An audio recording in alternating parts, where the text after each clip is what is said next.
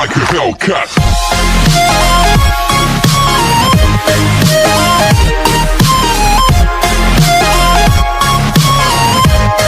Last part में हमने देखा कि क्योंसुक मिराई को किस कर लेता है, जिससे कि वो बहुत ही ज़्यादा शॉक होती है और फिर वहीं पर फ्रीज हो जाती है। देन आफ्टर केस ये दोनों ही काफ़ी एम्बैरेसिंग फील करने लग जाते हैं और फिर मिराई अपने रूम में सोने के लिए चली जाती है और क्योंसुक वहीं बाहर सोफे पे सो जाता है।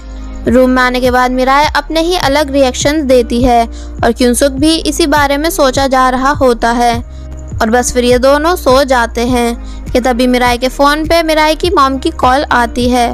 पर अब क्योंकि मिराई का फ़ोन बाहर रह गया होता है तो क्योंसुक मिराई को उसका फ़ोन देने जाता है, पर वो काफ़ी गहरी नींद में सो चुकी होती है। तो फिर क्योंसुक को मजबूरन खुद ही कॉल उठानी पड़ती है, जिसमें जब मिराई की मॉम क्योंसुक को देखती है तो वो बहुत ही ज़्यादा शॉक होती है और फिर उससे पूछती है कि वो वहाँ क्या कर रहा है, जिस पर फिर क्योंसुक उन्हें सारी बात बताता है कि हम दोनों साथ में मूवी देखने आए थे, बट बस लेट हो जाने की वजह से हमें यहाँ रुकना पड़ा एंड आप टेंशन मत लीजिए, मिराई अपने रूम में है।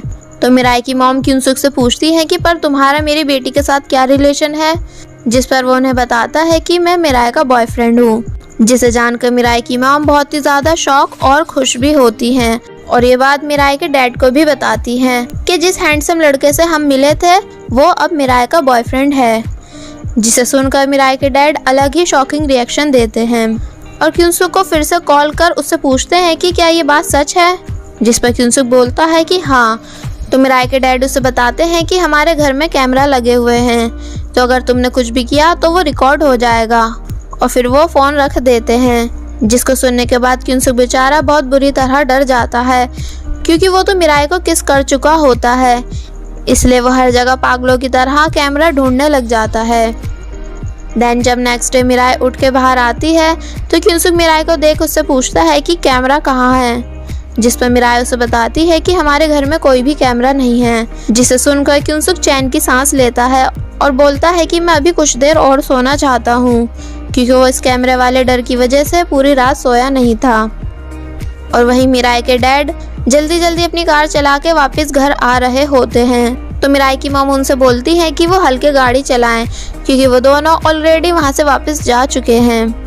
एंड फिर बस में मिराई क्योंसुक से थोड़ा रिलैक्स फील करने के लिए बोलती है क्योंकि वो बेचारा पूरी रात सोया जो नहीं था, इसलिए वो अपनी आइज क्लोज करके बस में ही सो जाता है।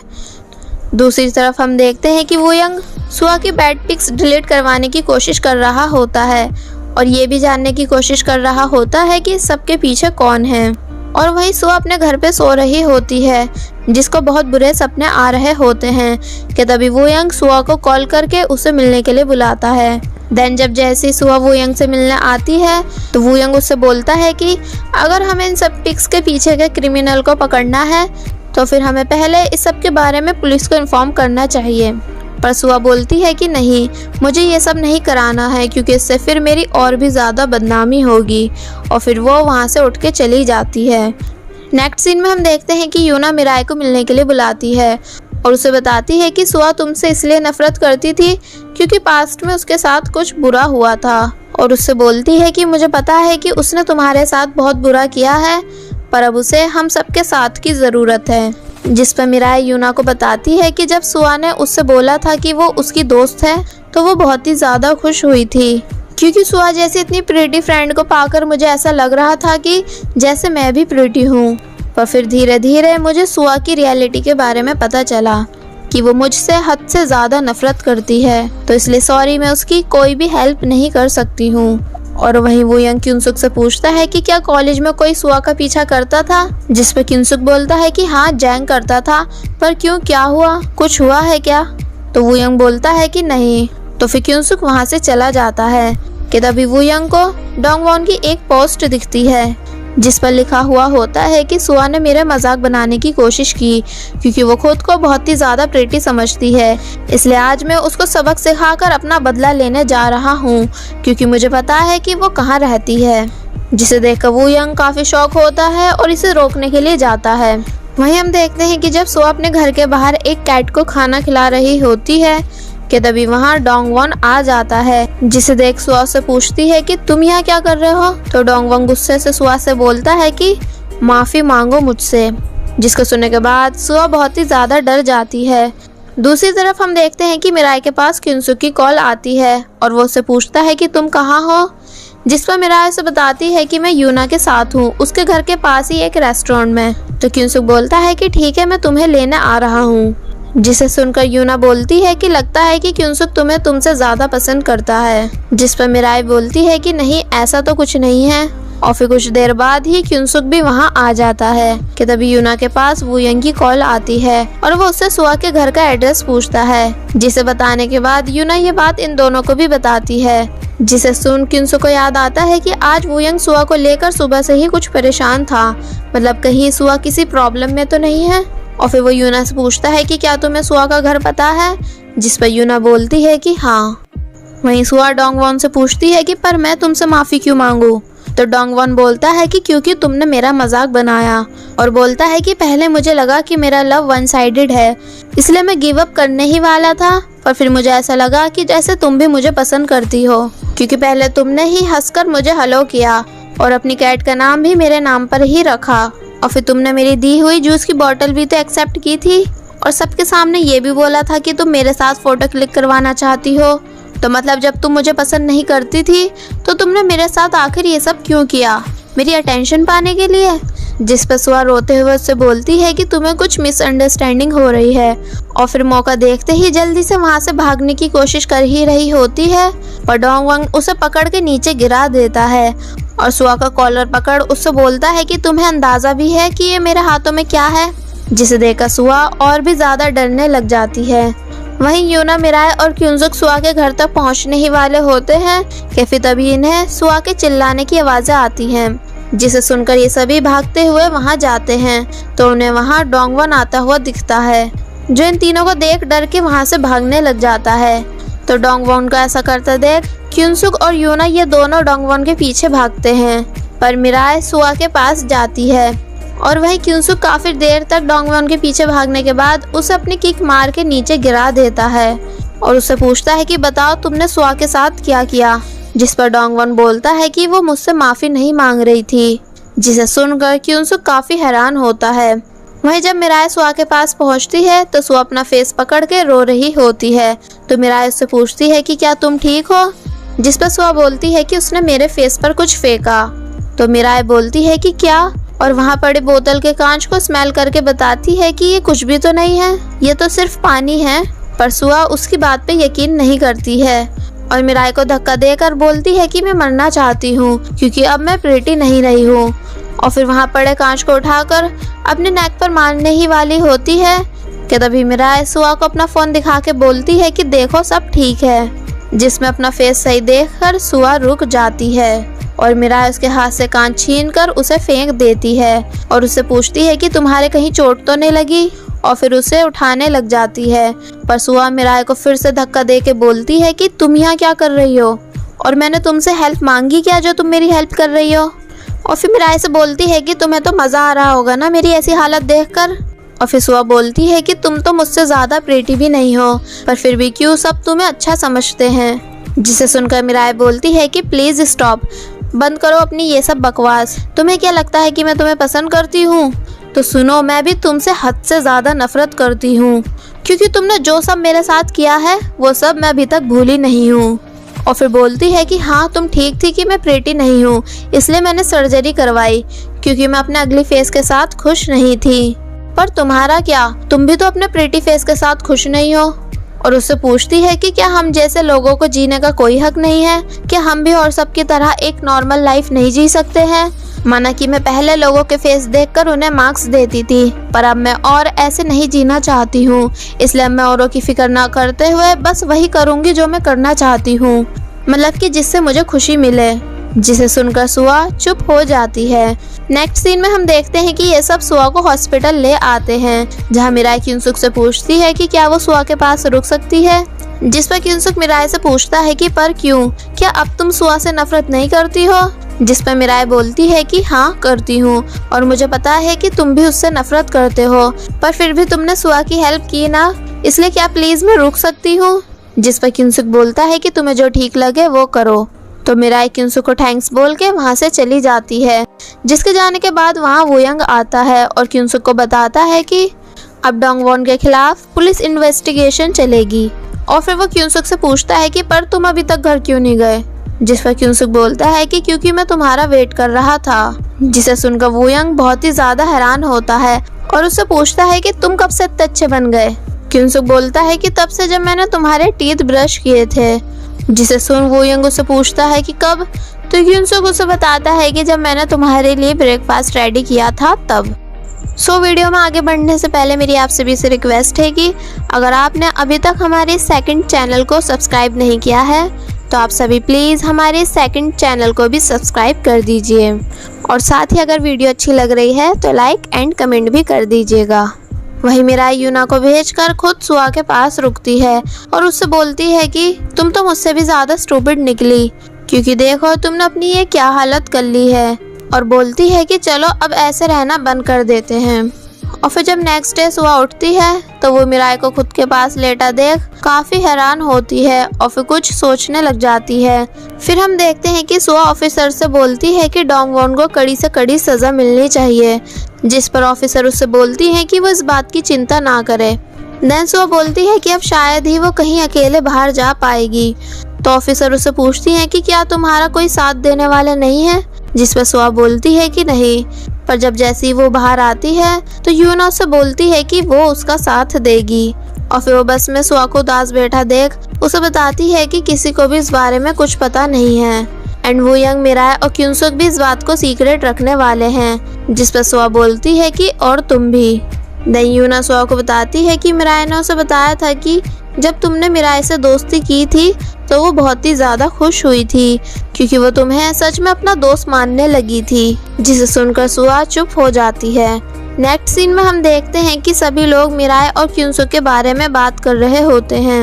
और फिर जब जैसे क्युनसुक और मिराई क्लास में आते हैं तो सभी लोग उन्हें देखकर शॉकिंग साउंड देने लग जाते हैं। और फिर जैंग का दोस्त क्युनसुक से पूछता है कि क्या तुम दोनों सच में डेट कर रहे हो, जिस पर क्युनसुक हंस के बोलता है कि हाँ, हम दोनों डेट कर रहे हैं। जिसे देख जैंग का दोस्त बोलता है कि क्या क्युनसुक हंसता भी है। और फिर सभी लोग इन्हें कांग्रेट्स बोलने लग जाते हैं। वहीं यूना और जंगबुन मिराई को हार्ट बनाकर दिखाती है, जिसे देखकर ये दोनों स्माइल करते हैं। फिर जैंग इन दोनों से बोलता है कि तुम दोनों यहाँ किस मत करना, क्योंकि वो यहाँ अलाउ नहीं है। जिस पर क्युनसुक बोलता है कि ठीक है, हम क्लास में ऐसा कुछ नहीं करेंगे। जिसे सुनकर सभी लोग हैरान होते हैं और बोलते हैं कि क्या वो तुम दोनों क्लास के बात करोगे, और हंसने लग जाते हैं। मिराई क्युनसुक से पूछती है कि क्या तुम्हें इस बात का आंसर देना जरूरी था, जिसमें क्युनसुक बोलता है कि तुमने ही तो कहा था सबसे बात क्या करो। तो फिर मिराई भी हंसने लग जाती है। नेक्स्ट सीन में सीनियर वोयंग को एक लड़की की फोटो दिखाता है और उसे बताता है कि ये डांस डिपार्टमेंट की सबसे प्रिटी लड़की है और तुम्हारे साथ डेटिंग करना चाहती है। जिस पर वोयंग बोलता है कि नहीं, मैं सिंगल ही सही हूँ, और फिर वहाँ से चला जाता है।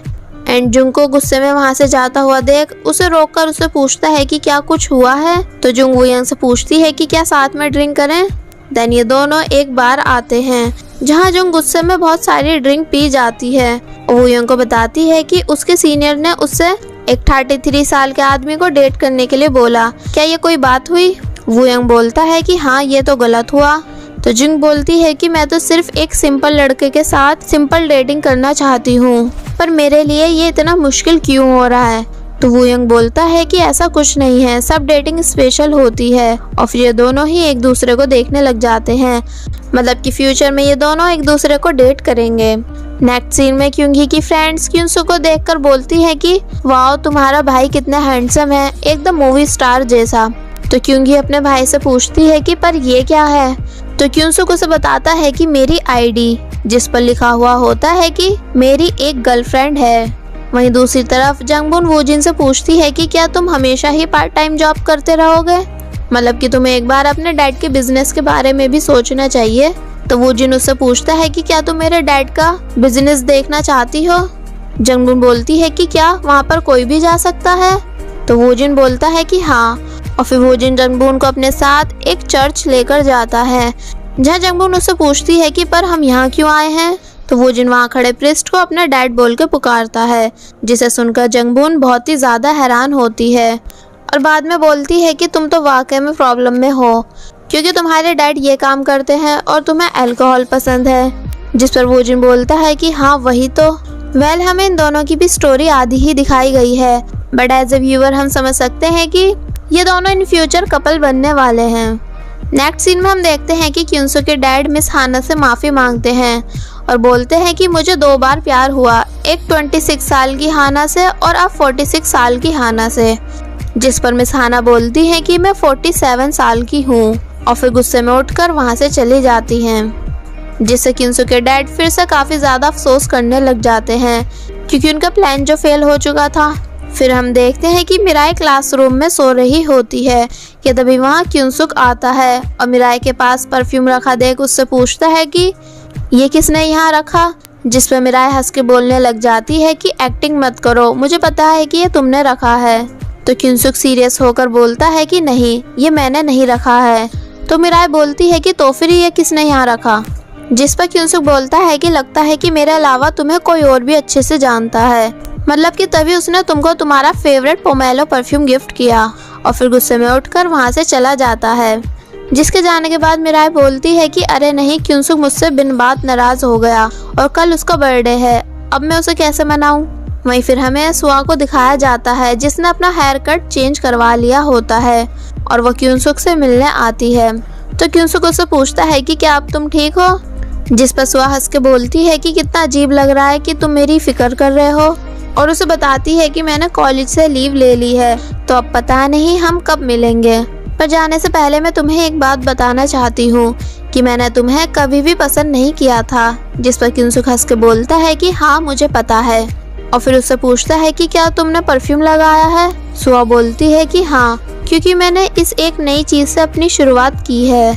तब क्योंकि सुआ ने भी मिराई के जैसा पोमेलो परफ्यूम लगा रखा होता है, तो वो समझ जाता है कि जब मिराई सो रही थी तो उसके पास वो परफ्यूम गिफ्ट सुआ ने ही रखा था, ना कि किसी और ने। जिससे फिर वो यहाँ स्माइल करने लग जाता है। नेक्स्ट हम देखते हैं कि मिराई क्यूंसुक को काफ़ी मना रही होती है कि उसे सच में नहीं पता कि उसके पास वो परफ्यूम किसने रखा था। तो क्यूंसुक बोलता है कि तो फिर क्या मुझे पता होगा कि वो परफ्यूम किसने रखा था। तो फिर मिराई क्यूंसुक को ज़बरदस्ती अपने साथ पकड़ के एक रेस्टोरेंट लेकर जाती है जहाँ उसने क्यूंसुक के लिए उसके बर्थडे पार्टी की डेकोरेशन करवा रखी होती है। जिसे देखकर क्यूंसुक बहुत ही ज़्यादा खुश होता है और मिराई को थैंक्स बोलता है और फिर मिराई क्लैप करने लग जाती है। तो क्यूंसुक उससे बोलता है कि स्टॉप प्लीज़, तुम यहाँ ये सब मत करना। पर फिर भी मिराई बहुत ज़ोर ज़ोर से क्लैप करके क्यूंसुक को बर्थडे विश करने लग जाती है और फिर उसे एक गिफ्ट देती है जिसमें एक हुड होता है। तो क्यूंसुक मिराई को फिर से थैंक्स बोलता है। देन मिराई सेल्फी स्टिक निकालती है और फिर ये दोनों यहाँ पे काफ़ी सारी पिक्स क्लिक करते हैं। फिर क्यूंसुक मिराई से बोलता है कि पहले मैं अपने पेरेंट्स को देखकर शादी नहीं करना चाहता था, पर अब मैं करना चाहता हूँ। और फिर वो मिराई के फॉरहेड पे किस करता है। देन मिराई भी क्यूंसुक को किस करती है और बस फिर इसी के साथ ये ड्रामा यहीं पर एंड हो जाता है। सो आई होप आप सभी को इस ड्रामा की एक्सप्लेनेशन पसंद आई होगी। तो ऐसी ही और ड्रामास की स्टोरी एक्सप्लेनेशन के लिए हमारे चैनल को सब्सक्राइब कर दीजिए और साथ ही वीडियो को लाइक एंड शेयर भी कर दीजिएगा और कमेंट सेक्शन में बताएं कि आपको ये ड्रामा कैसा लगा। So keep supporting me and thank you so much. There was a time when you had me falling to the ground.